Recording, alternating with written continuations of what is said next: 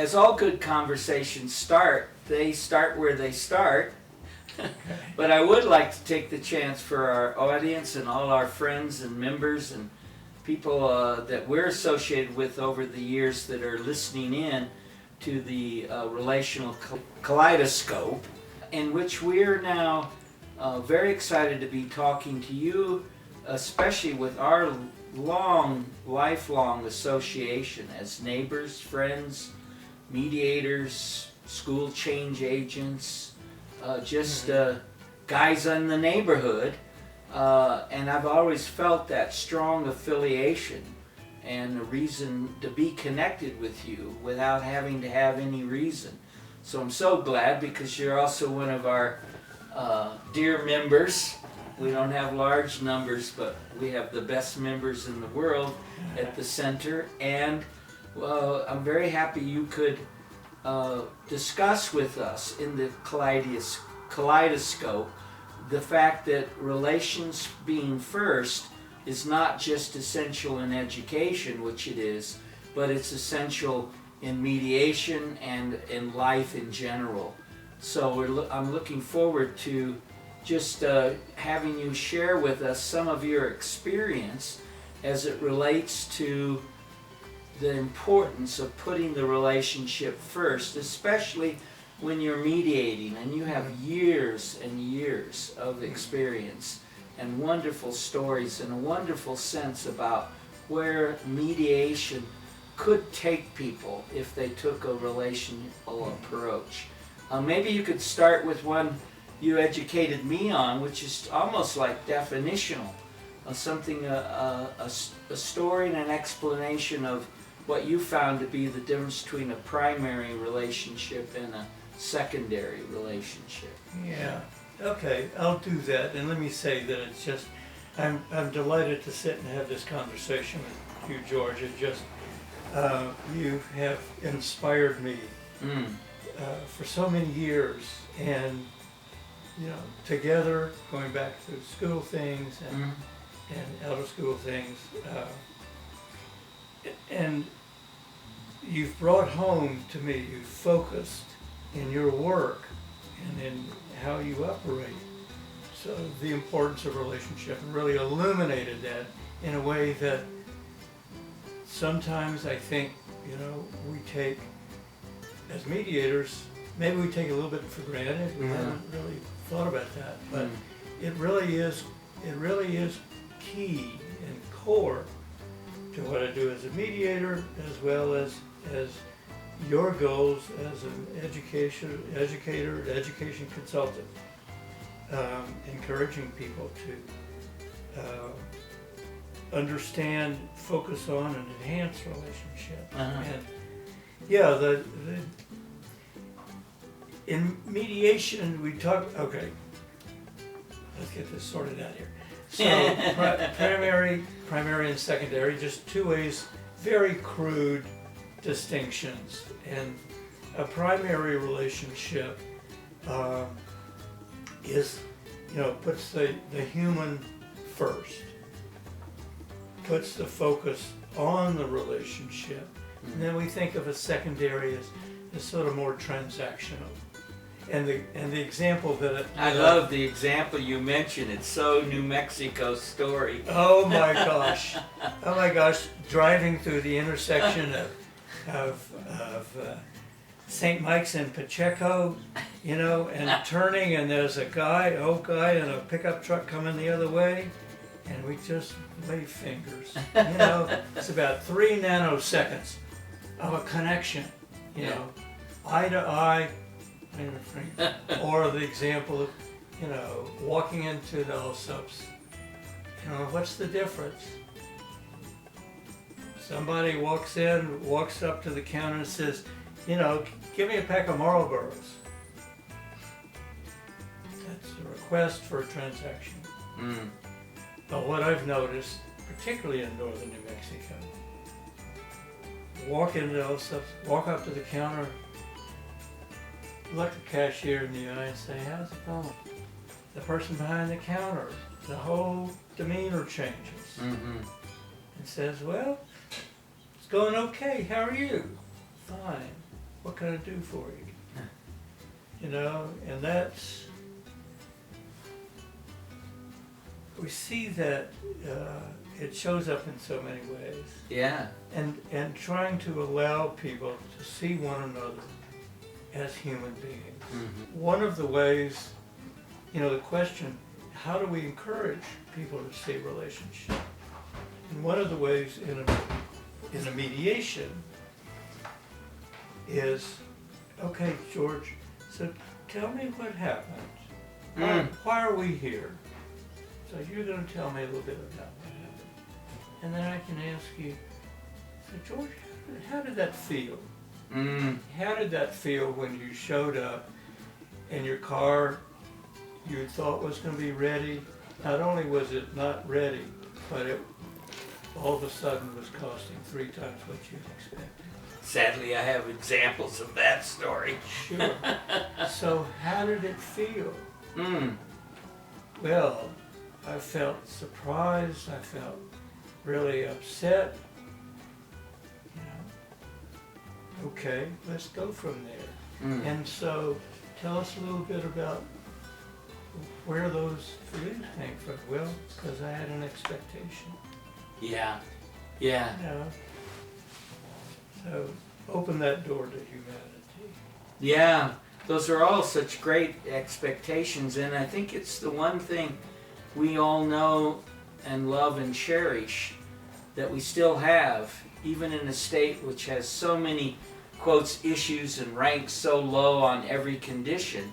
We know we have this affiliation with each other. We know that hello and that connection matters, that we're of one tribe overall. And I just love that. And I think it's a strong point in New Mexico.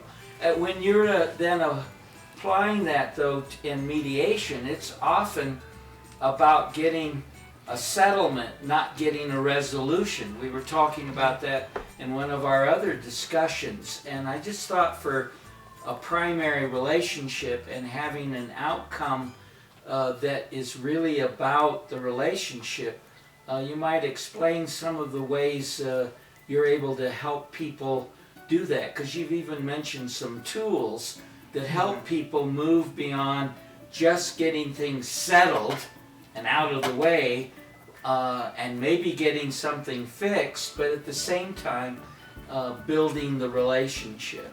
Right.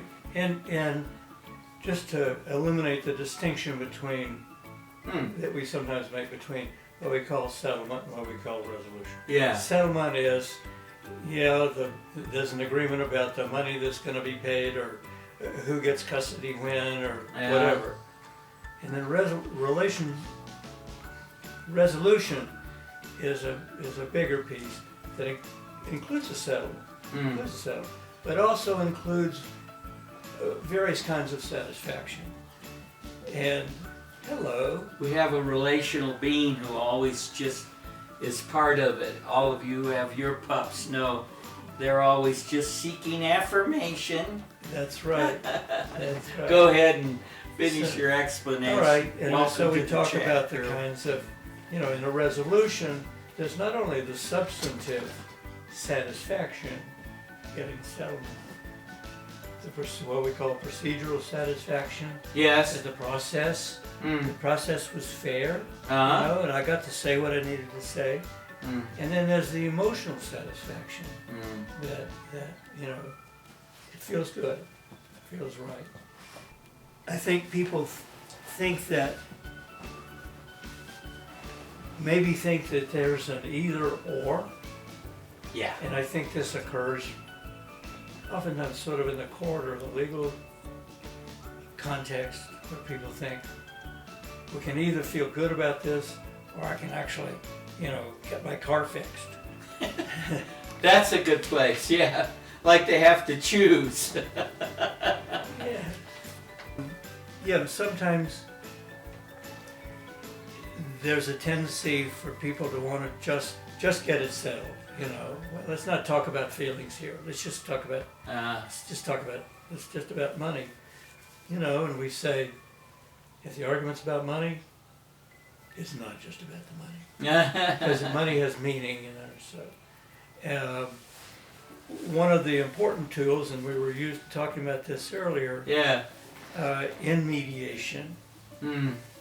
and just a little background. When people have been in conflict for a while, they sort of wear this groove back and forth about here's what I'm going to say and here's what you're going to say. That's good. And then George starts talking and it's like, oh my God, there he goes again. I've heard this BS before, blah, blah, blah, blah, blah. All right, George, you've had your say and you know, whatever. So, what I call the overheard conversation. Mm. So, rather than talk to each other and just keep going back and forth in this group, let's talk to a mediator. Mm. So I'm going to tell my story to the mediator. So, Ms. Mediator, here's what happened, and here's my perspective, and here's what I want. Mm. George gets to listen. He doesn't have to react or respond or have any kind of answer. He just listens. Likewise, George talks to Ms. Mediator, and I can sit back here and I say, oh, I never do that. Mm. You know, I mean, he was trying to help me. It kind of went south, but you know, I had this all wrong. So that's a way of creating understanding through communication, not using this same group. And along the way, to be able to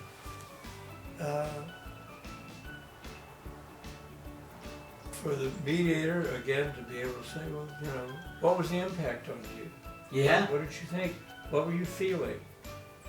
Oh, gosh, I didn't realize George really felt bad when that happened. I thought he was like really happy because it caused me some problems.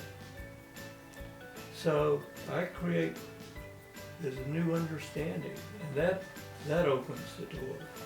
And begin to see each other. You know, I think when people are in conflict, we tend to see one another two-dimensionally, or maybe only one-dimensionally. Yeah, that's a good point. You know, he's just a Yeah. it is. Well, you're being so kind on tape here. But to be able to start to see one another three-dimensionally Yeah. once again. Yeah, as and to see each other is essential to our own growth, development, and happiness. Not just as a paycheck and fixing something, but essential. You mentioned some stories with someone with some water pipe problems in a place. Stories are always good, where they began to see there was more than what the problem seemed to be. Right. The rancher and the pump salesman. Yeah. And the well that just didn't produce. Yeah. You know? Sorry, it was not what it was cracked up to be. And it turns out, you know, there was some problems. Maybe the pump was undersized, didn't have a correct filter system. And the water was more turbid than they had expected. And after they were able to talk about that, it wasn't just that the rancher was full of it and the pump salesman had tried to make some money by selling him an inadequate system. Yeah. You know, they were working with what they had. And so by the time they had finally had a chance to really sit down and talk in private and listen to one another, then they were able to reach a settlement that was really fair for both of them. Yeah. And was going to work. And in the end, the rancher was going to get a well that produced the water that he needed. The pump salesman was going to sell a little bit bigger filter system at a significant discount because that's what was fair. Yeah. Yeah, we have so much in the mediation that someone has to be found wrong more than others, and someone has to pay. It's usually a win-lose situation. Right. And you've been, even with the examples today, talking about when it's a relational resolution, that there's feelings and indicators that this has been feeding and building the relationship more than any particular problem you were solving. Remember those you mentioned about fairness? You mentioned there's other ways you feel or act at the end that indicates it was a relational resolution. Another whole arena where this comes up in the area of employment or workplace Oh, sure. settings. Mm. And, whether it's a school or a factory or an office or a market or whatever, Mm. sometimes the supervisors, the bosses, just didn't understand what their impact was. Oh, absolutely. And they maybe had forgotten what it was like to be an employee. But when they come back, the employees start to talk about what felt unfair, Yeah, what seemed discriminatory, yeah. and what the impact was. Uh-huh. And,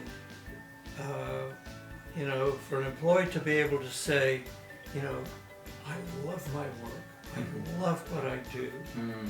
I've been doing this a long time, and I'm really good at it, and I hate to come to work because it feels so bad to be so undervalued. Mm-hmm.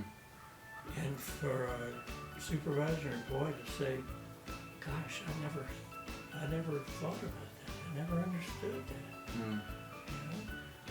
So it levels up whatever you come to, and because just settling more dollars isn't necessarily going to answer that. Never hurts, but it doesn't really No. reaffirm the connection and the relationship. Right. And it's just surprising that in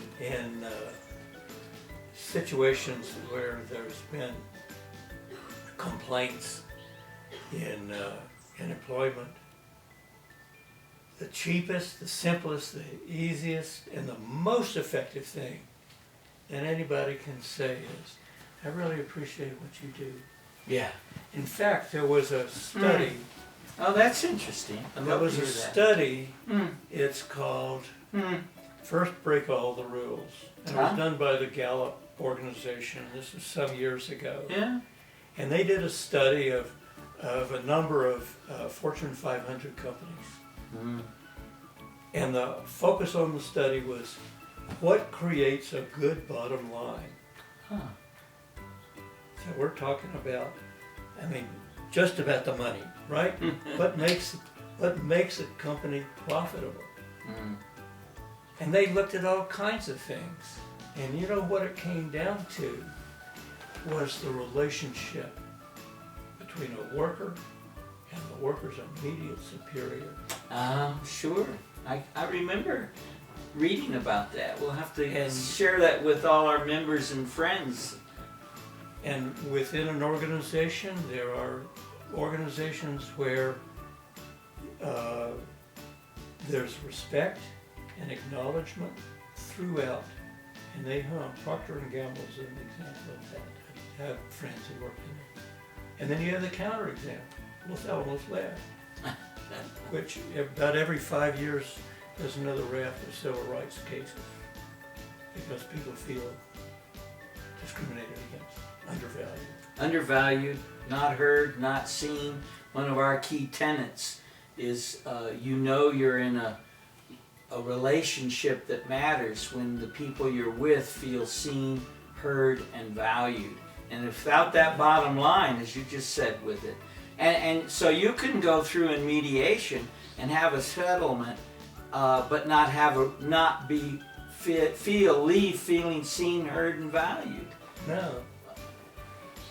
So when you look at those, you mentioned example of a mediation where people leave feeling happier, more satisfied, but also solving some problems in the meantime. Yes. Yeah, I've had cases where people, they walk in, they've got something going on, a conflict, maybe a family conflict or Yeah. something. And when they have an opportunity to listen to one another and acknowledge. Another tool we use, can you see that for George, blah, blah, blah, blah, I remember blah, blah, that, blah. yeah. So it's asking to step into George's shoes for a moment. From his perspective, you don't have to agree with it. But can you see that for George, his perspective, his experience is this? And when someone can say, yes, I understand, what's the impact on George? Yeah. When I say, That's a good point. I It's understand. not you just seeing it, it's the impact on me of being seen. What have you seen in that? That people are less defensive, less angry, it settles things down. They find a place to meet. Right. They find something more important than the conflict. I mentioned because you've over the years done so much. I know you've had a whole program with parents who are separated but trying to educate and raise their kids together. Now there's an interesting context for Oh my mediation. Yes, co-parenting. Co-parenting. Yeah. Wow, that has to have the relational or it'll never work. Oh my gosh, thank you for bringing that up, because that's so huge. Because again, this is a case where parents, we understand, parents want to do best for their kids. Many times they don't know how, and particularly in that kind of situation where there's what we call a high conflict divorce. Yeah. For whatever reason. And people think that maybe it's not good, but at least it's okay to run down the other parent to the kid, or have the kid take sides or whatever. Yeah. And it's not because they're trying to turn their children into psychiatric patients. They don't know. And so we talk about, what do you think the impact is on your child? What do you think the impact is on the other person? On the other person's ability to parent. To be supportive. And so we're looking for working relationships, focus on relationships. Yeah. That you don't even have to like one another. Yeah. But There's hope. respect Yeah. and acknowledgement, at least within the roles of, and I hear people say, well, I don't really like him, but he is a good dad. I've heard that too. Well, you at least want that. And that makes them a better mother. That's or right. better other dad, however their arrangements are. So it's not a not a warm and loving relationship, but it's a relationship. It is a human relationship that works for the children. It's what we would call an interdependent relationship, not a dependent one, which when they were together may have been the problem, being too codependent on the other for how they saw who they were and their effectiveness. When you're effective with co-parenting, people understand if I'm going to be a good enough mother, I need a good enough father, even if we're not together. Wow, I like that. At least that's what I would believe, and from our work we're beginning to find that in putting the relationship first, you find this immense interdependence we have with each other, and that our success and our ability to be effective in life is dependent upon others being successful and effective and recognized. And I always look for that. And I can tell that's been your goal through your whole life, because as we've met and gotten to know each other, you always end up thinking, I'm sure we'll find a way for this to work out. I think within any setting, you've always taught me that there's potential here for something to work out. We don't know yet always, but if we explore it together, it probably will, because that's our nature. Right. And then you had something about Apolloan and versus Dionysian Apollonian and Dionysian, yeah. as a kind of, I don't know what that, I'm trying to remember Oh. now. It was the way of understanding Well, our connections, or who we were. and that was actually a religious connection. Yeah. Because, you know, what happens between me and Uperwalla, you know, Bhagwan, is in the Apollonian was, you know, very rational and mediated in the sense there was a hierarchy and there were people who were experts, you know, Yeah. the priests, and they would talk to Uberwalla. I And got they would tell me what Uberwalla said, as opposed to the Dionysian, which is, "Hi, let's talk." Which is so true in all myth and story. It's a That's right. whole different way of relating. One quite hierarchical, and there are experts in the Yeah. middle. And the other is pretty much face-to-face, co-created, equitable conversation. Well, that's an important way of thinking about why we're relating, and understanding that we get caught in assumptions about how you have to solve problems and look at issues, which is very important. When you start to think about putting the relationship first, you find you can get a win-win Yes. situation. You can have both satisfaction and achievement.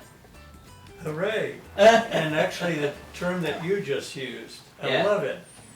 Co-created. Yeah. Co-created. Yeah. It's not up to you, it's not up to me.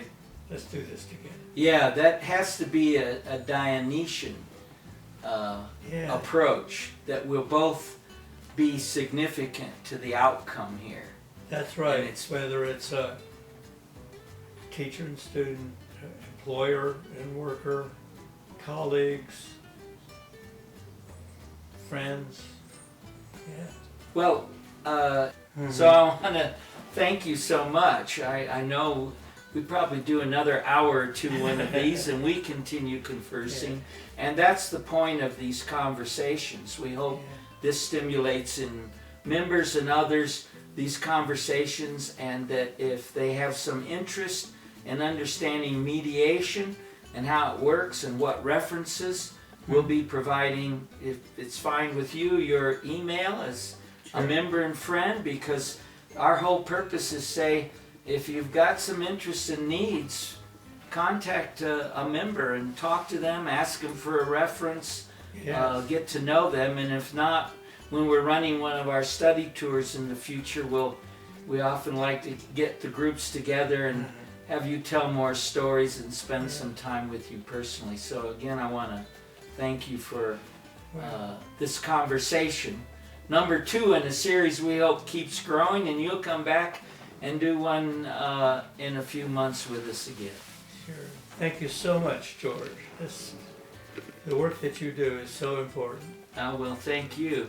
It's fun to do it this way. Yes.